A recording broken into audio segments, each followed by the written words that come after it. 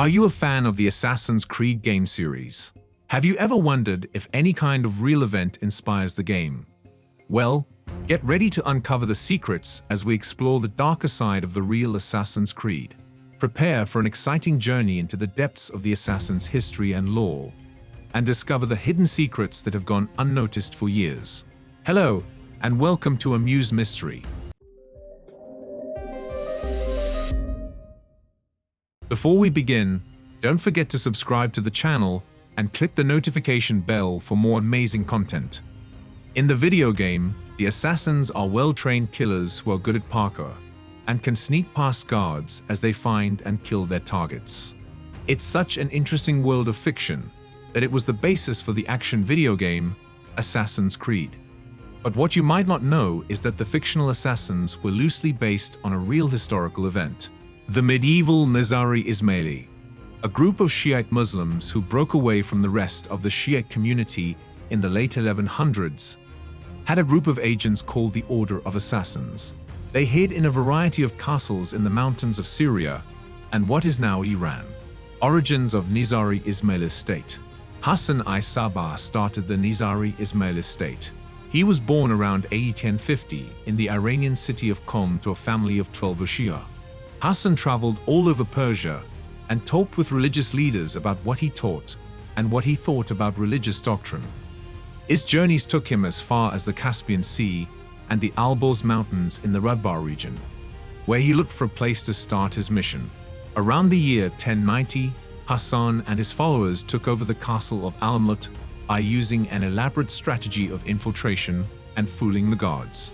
Now that he had a foothold in the area, he grew his power by taking over strongholds all over Radbar and building new fortresses at key spots for defense and trade.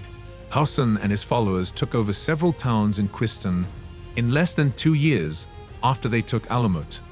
They did this to lay the groundwork for an independent territorial Nizari state for the Persian Ismailis in the middle of the Seljuk Sultanate, which Hassan would rule as Imam. The strategy of assassination.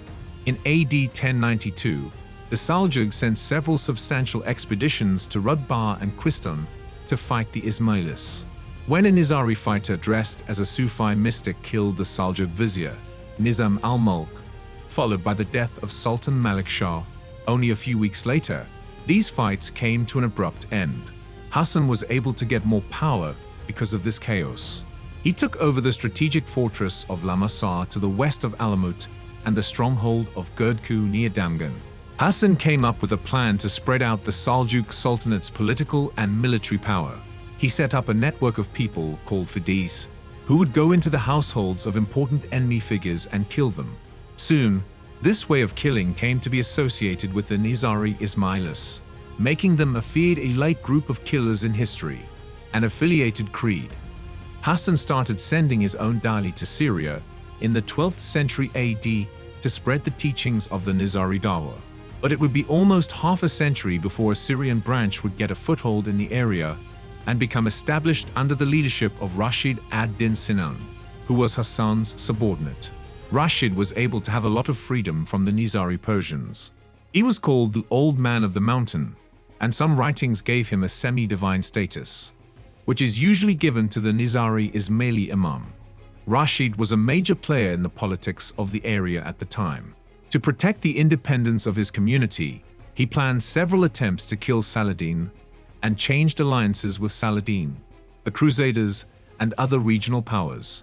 The most famous person killed by the Syrian order was Conrad of Montferrat, just days before he was to be crowned king of the Crusader Kingdom of Jerusalem in AD 1192. The Mongol invasion.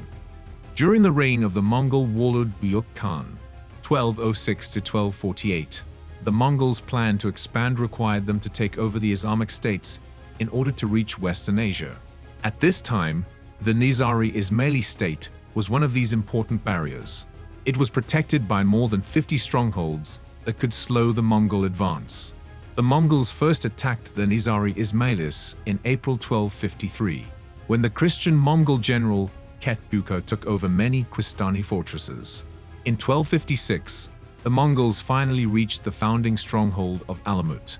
Over the next 20 years, the The stronghold changed hands until the Nizari Ismaili resistance was finally crushed.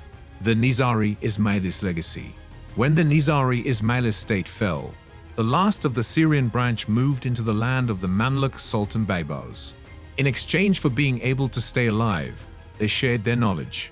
Because of how powerful these stories were, the word assassin became a common noun in European languages for killer.